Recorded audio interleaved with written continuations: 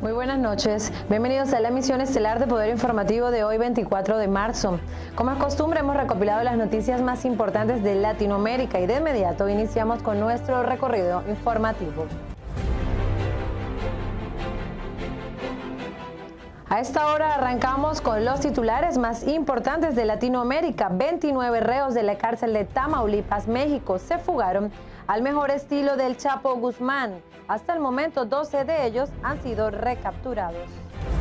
Y en Guatemala asesinan a vocero de Barrio 18, acusado de coordinar motín en el centro de detención Etapa 2. Finalizó la huelga en la minera La Escondida en Chile tras 43 días. Ascienden a 84 los muertos por lluvias e inundaciones en Perú. 6 colombianos fueron detenidos en Chile por integrar una banda de narcotráfico que exportaba droga a Estados Unidos y Hong Kong.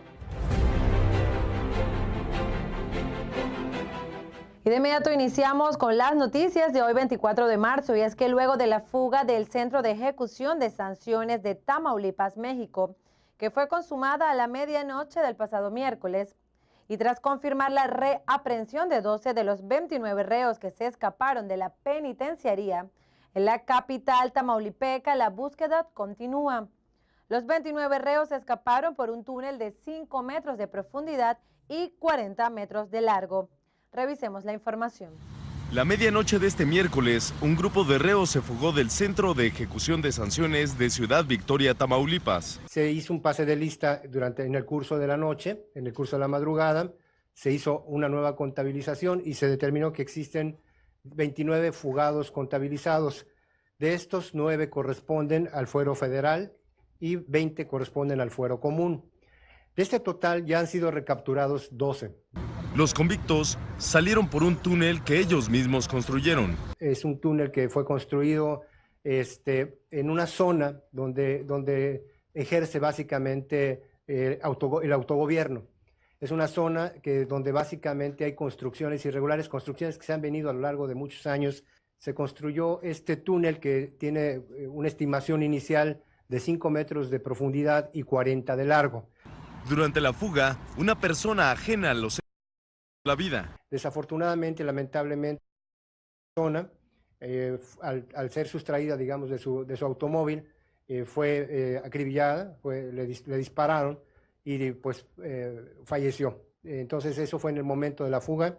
Uno de los reos es el que le disparó. El operativo de búsqueda continúa y como parte de las investigaciones, se confirmó que el director del penal, así como el responsable de la seguridad y 38 custodios de turno, se encuentran bajo investigación de la Procuraduría General de Justicia del Estado por su presunta participación en esta fuga. Y el gobierno de Tamaulipas informó que están analizando la posibilidad de contar con un nuevo penal para sacar al Cedes de Victoria de la ciudad de Tamaulipas.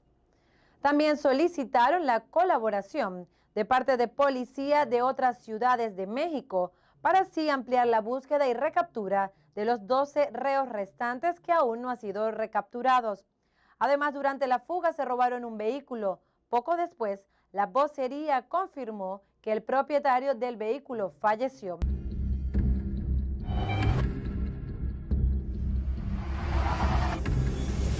Ahora fue en Tamaulipas. Un grupo de 29 reos se fugó del penal de Ciudad Victoria esta madrugada.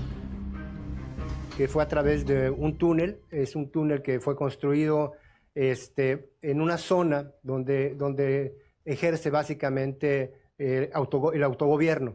Es una zona donde básicamente hay construcciones irregulares, construcciones que se han venido a lo largo de muchos años construyendo. Según el gobierno de Tamaulipas, los 29 reos se fugaron a través de un túnel de 40 metros de largo y 5 de profundidad, el cual se encontraba en la parte trasera del penal de Ciudad Victoria. Al escapar, uno de los reos mató a una persona que pasaba cerca del penal para robarle su vehículo y poder escapar. Hasta el momento, 12 reos han sido recapturados y 17 son buscados en todo el estado.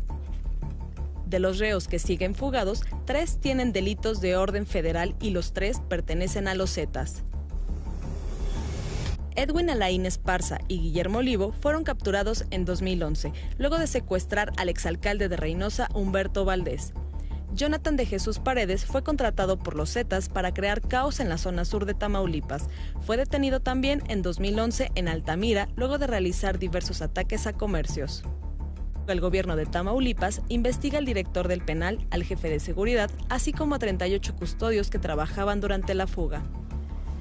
Esta noche, derivado de un operativo dentro del penal de Ciudad Victoria, se produjo un intento de motín en donde hubo disparos y un conato de incendio. Pero que nos digan, que salgan a decirnos qué es lo que va a pasar, qué es lo que sigue. Nosotros queremos información. La Secretaría de Seguridad pidió a la población evitar acercarse al penal debido a la situación de riesgo. Y por supuesto, luego de conocerse esta situación, familiares de algunos detenidos se agolparon en las puertas del Centro de Ejecución y Sanción de Tamaulipas con la intención de buscar información acerca de sus familiares. Escuchemos sus testimonios. No, que quieren información.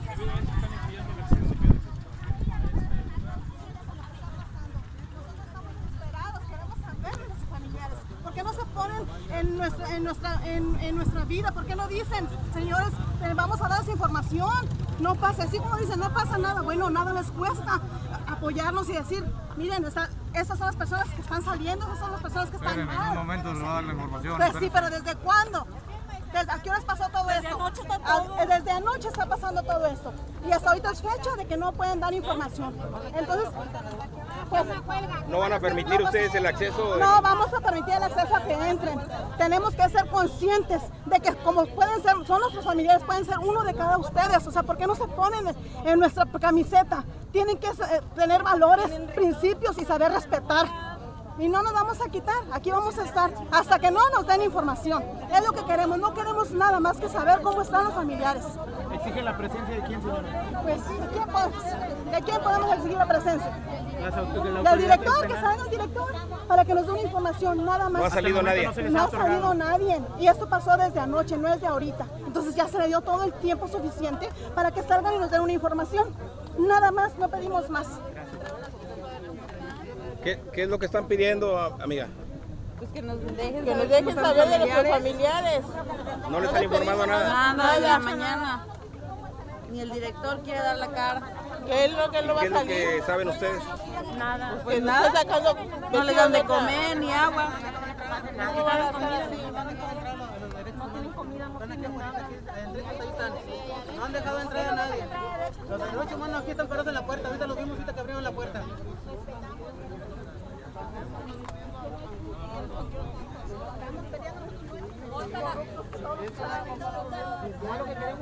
¿No le han informado nada, amiga?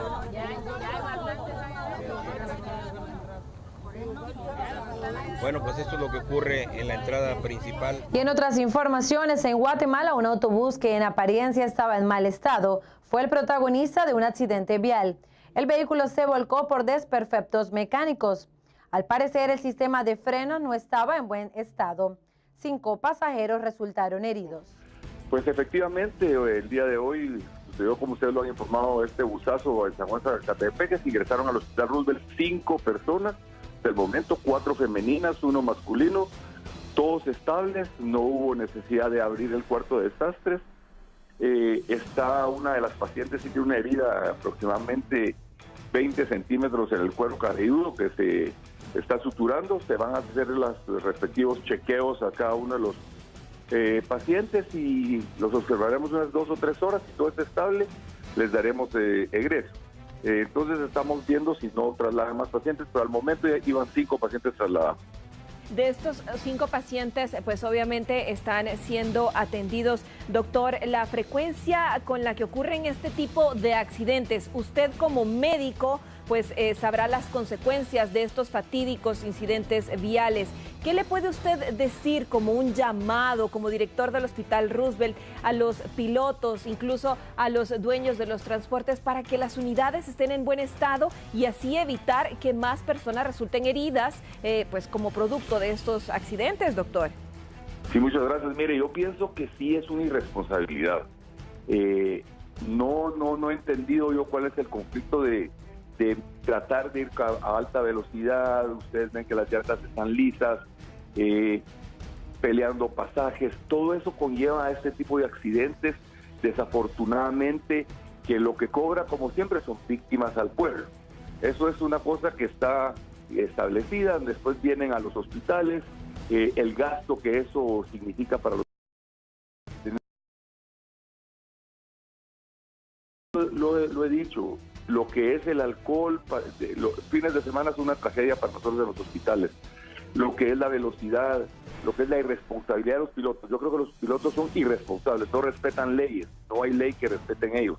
Entonces deberíamos darles una educación vial, y si no sancionarlos, y si no quitarles las licencias. Pero la población tiene que aguantar los abusos de estas personas. Entonces yo sí pienso que deberían tomar ya medidas drásticas en Guatemala contra los choferes, contra los dueños de los autobuses. Yo pienso que eso nos está desgastando. Accidentes y los heridos graves en las emergencias. ¿Qué es eso? ¿Qué es eso? Falta de respeto a la ley. En Guatemala no se respeta la ley.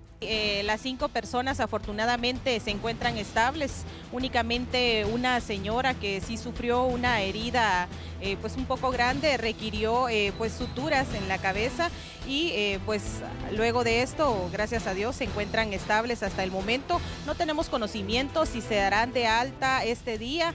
Y continuando en Guatemala, se siguen presentando muestras de la crisis penitenciaria en este país. En esta oportunidad, el pandillero del barrio 18, supuesto coordinador y vocero del último motín en el Centro Correccional Etapa 2, fue localizado muerto en otro penal, al que había sido trasladado luego de ser presentado en tribunales por la muerte de 4 custodios o celadores que, según las investigaciones, los reos asesinaron con tijeras y otras armas blancas. Se especula que él fue asesinado en la cárcel por sus propios compañeros del barrio 18 en una aparente disputa de poder. Acá en el preventivo para varones de zona 18, específicamente en el sector 11, donde se encuentran recluidos todos los pandilleros del barrio 18, fue localizado este día el cuerpo sin vida de quien lideraba la negociación entre los pandilleros de este barrio 18 con la Policía Nacional Civil en el Centro Correccional para Menores Etapa 2. Y él fue el que dijo que si no se cumplían con sus peticiones, ellos asesinarían a los 4 monitores que tenían como rehenes el pasado lunes. En el caso del interno, Mike Alexander Natareno Maltés, de 25 años de edad, ingresó el día de ayer a las 3 de la mañana a dicho centro carcelario, sindicado de los delitos de asesinato, asesinato en grado de tentativa y motín de presos.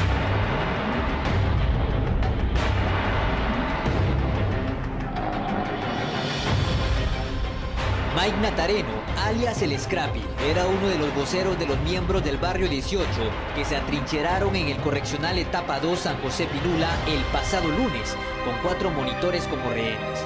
Presuntamente, fue uno de los principales coordinadores del motín y la muerte de los rehenes. Aparentemente, su asesinato se debió a una disputa por el poder. Los victimarios, presuntamente, fueron sus propios compañeros de pandilla. Y la crisis carcelaria se extiende hasta los familiares de los detenidos. En otro sector de Guatemala, un grupo de familiares se instaló en las afueras del sistema penitenciario El Infiernito para así exigir el ingreso de visitas y encomiendas al penal. Veamos las imágenes.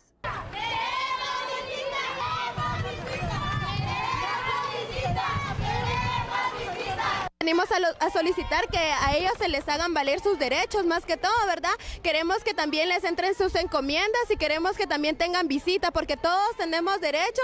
Desde hace un mes que ellos nos trasladaron de Fraijanes 1 hacia la cárcel del Infiernito, nosotros no hemos podido saber nada de ellos. Nosotros necesitamos saber cómo están ellos, en qué condiciones se encuentran y qué es lo que necesitan para que nosotros le podamos enviar, ¿verdad? Por medio de encomiendas. También necesitábamos hablar con el director del penal, ¿verdad? Para ver qué procedimientos o qué es lo que tenemos que hacer para poder entrar a ver a nuestros familiares.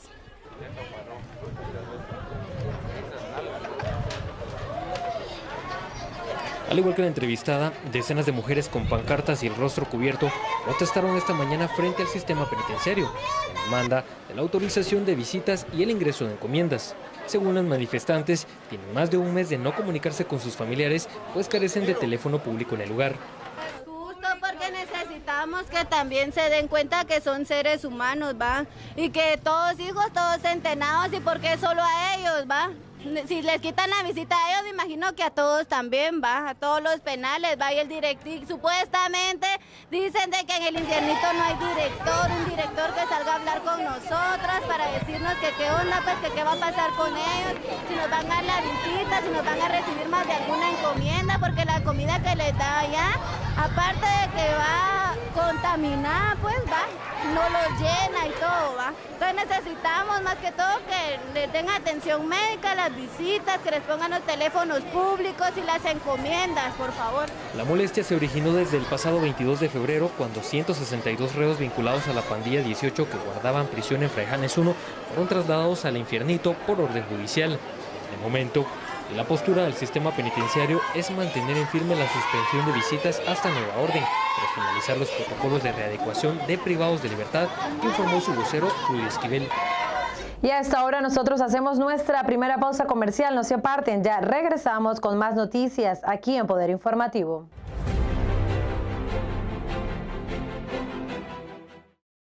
A perfectly balanced lager, recognized in 192 countries around the world. And we make sure by sending samples from all the breweries back to the Netherlands to taste. Really? You send every sample back? And it tastes the same everywhere. From Sydney to Santiago? From Cape Town to Chicago. From Kilimanjaro to Kalamazoo? From Tokyo to Toronto. From Panama City to New York City? Hey, Willie. From Tokyo to... Toronto. We said that already. There's more behind the star.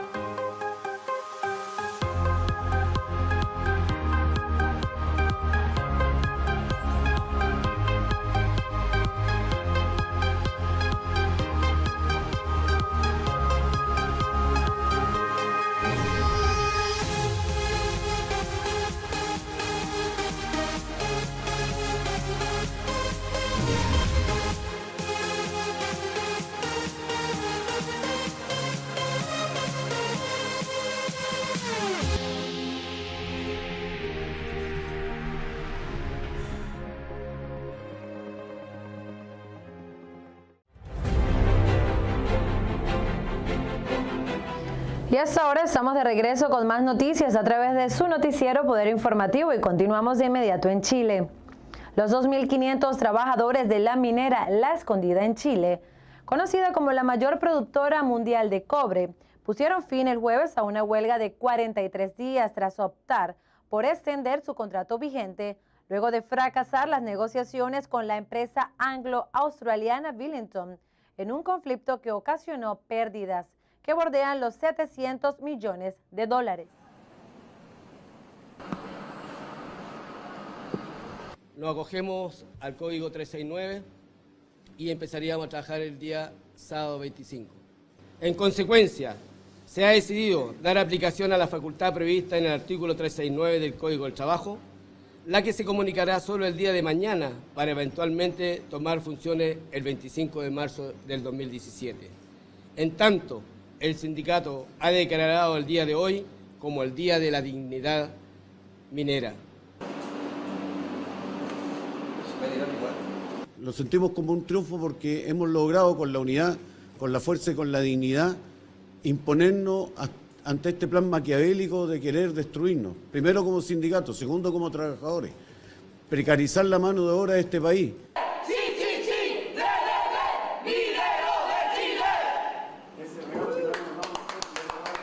Debemos revisar nuestro plan de producción, debemos revisar nuestro negocio y de alguna manera debemos ver qué opciones tenemos ante este nuevo escenario que no estaba considerado en nuestro plan de producción, que no estaba considerado en un escenario de largo plazo y debemos ajustarnos a un escenario de 18 meses eventualmente, que es el periodo hasta nuestra próxima negociación. Y de inmediato pasamos a Perú. Allí las muertes por las lluvias e inundaciones y avalanchas en Perú suman 84 desde el mes de enero a la fecha. Esto tras registrarse 5 nuevas víctimas en las últimas horas, según lo informó el gobierno, que trabaja para liberar carreteras bloqueadas. De acuerdo con el último reporte oficial del Instituto Nacional de Defensa Civil de Perú, además de los fallecidos, se registran 20 desaparecidos y 209 personas heridas. 84 muertos, 111.098 damnificados y 666.534 afectados han dejado las inundaciones registradas desde el pasado diciembre en Perú. Así lo indica en su último informe oficial el Centro de Operaciones de Emergencia Nacional, que también señaló que han resultado afectadas 149.541 viviendas en todo el país. La mayor parte de las víctimas se concentra en las regiones norteñas de Tumbes, Piura, Lambayeque y La Libertad, mientras que en Lima se mantuvo la cifra de 6 fallecidos, pero los damnificados aumentaron a 5.896, los afectados a 18.795 y las viviendas dañadas a 7.584.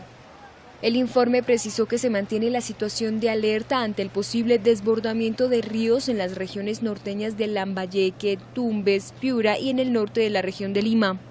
Perú afronta una emergencia climática causada por el fenómeno del Niño costero, que se manifiesta cuando el calentamiento del Océano Pacífico genera intensas lluvias y deslizamientos de agua, piedras y barro en toda la costa del país, principalmente en el norte y centro, incluida Lima.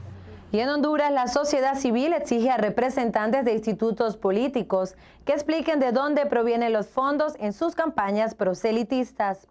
Las recientes acusaciones de reconocidos políticos hondureños vinculados a carteles del narcotráfico ante las Cortes de Estados Unidos son una evidencia más de la debilidad en la que se encuentran los estados de América Latina. Los últimos escándalos en los que se involucra a funcionarios de gobierno con los cárteles de la droga preocupan a la ciudadanía. Expertos en el tema aseguran que para evitar estos actos es imprescindible que se realicen auditorías a los partidos políticos hondureños. Y los testimonios que se han prestado en Estados Unidos, hay confirmación de que dinero sucio ha entrado a las campañas en 11 países de la región. En 2 semanas más se van a conocer esos nombres de los políticos involucrados. Recientemente se aprobó en el Congreso una ley de política limpia, la cual no genera confianza en los hondureños, quienes se quejan que Juan Orlando Hernández incumple las leyes cada vez que lo considera conveniente.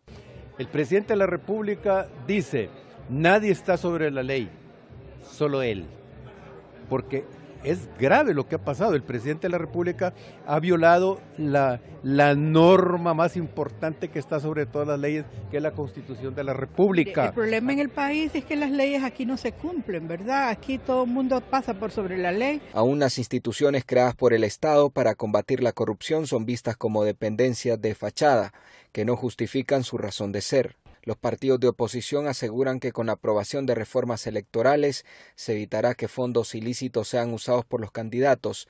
El oficialismo se opone a esas reformas. Hay algunos avances, sin embargo, hay prácticas que se mantienen y lo pudimos ver en el proceso interno de los 3 partidos que se cometieron, las denuncias múltiples de fraude, que se inflan los votos en las urnas. Ya hemos visto experiencias de países de América del Sur que han pasado por este penoso proceso, que es necesario para limpiar las instituciones.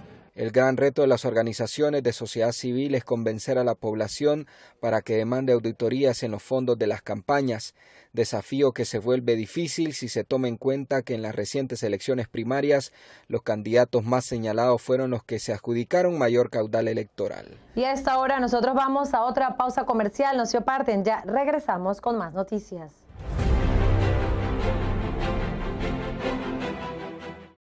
Heineken has been family-owned since 1873. Right, for 140 years they own the brand.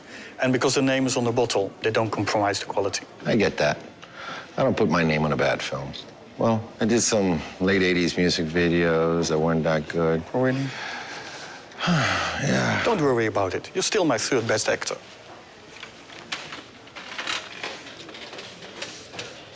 Third? Right, 3rd. I'm still in the top 5. There's more behind the star. Make every project a project to be proud of. Get the advice you need, the value you expect, and the quality you deserve.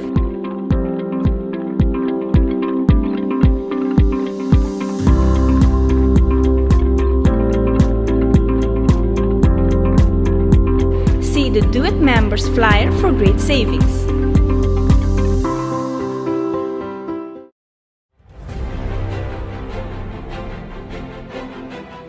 Y regresamos con nuestro último segmento de Poder Informativo y de inmediato pasamos a Venezuela.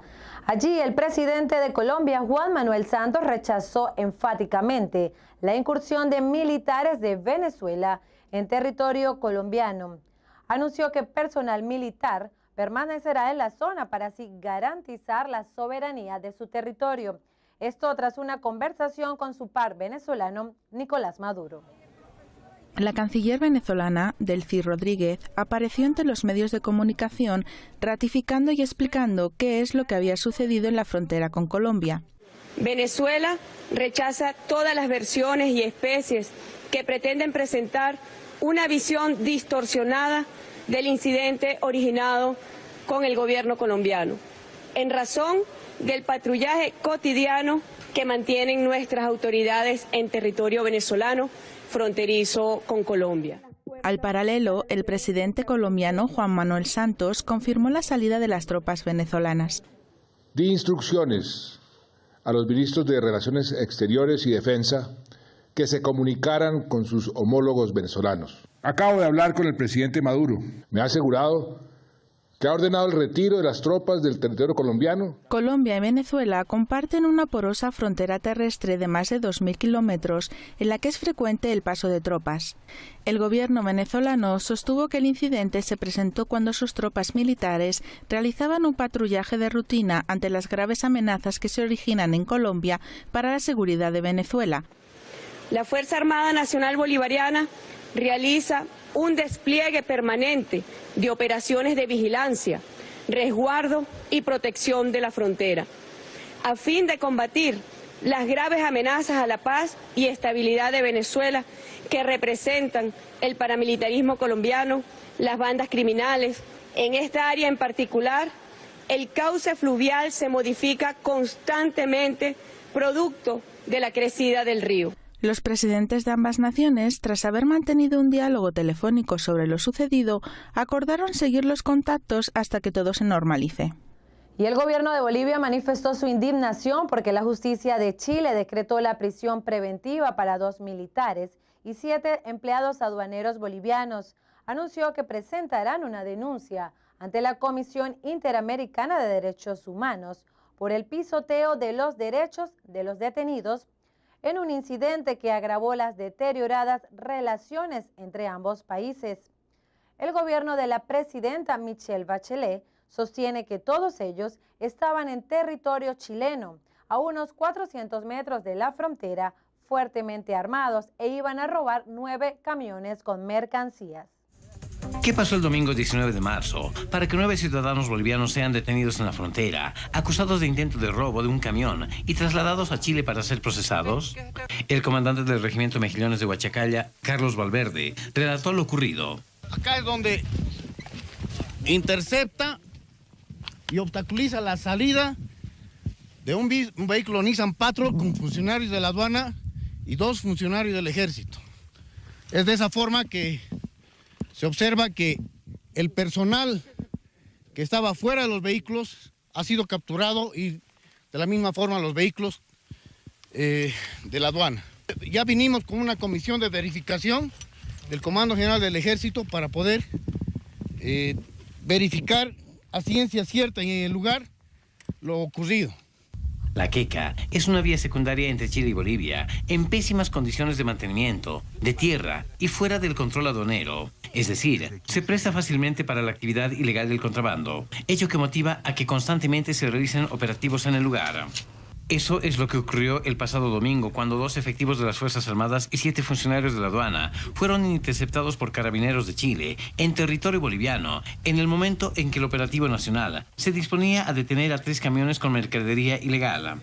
La prensa boliviana recorre este lugar, vea, observe, compruebe, verifique, constate, recoja testimonios de lo que realmente ha pasado el domingo y se puede informar al país y al mundo del avasallamiento que hubo de parte de los carabineros chilenos.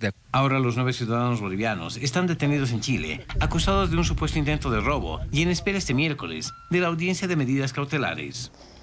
Y finalizamos nuestro recorrido con Chile. Allí fueron detenidos 6 colombianos en el marco de la operación Sello Azul, que realizaron autoridades chilenas. Según autoridades, esta banda de colombianos se encargaban de exportar droga a Hong Kong y a los Estados Unidos.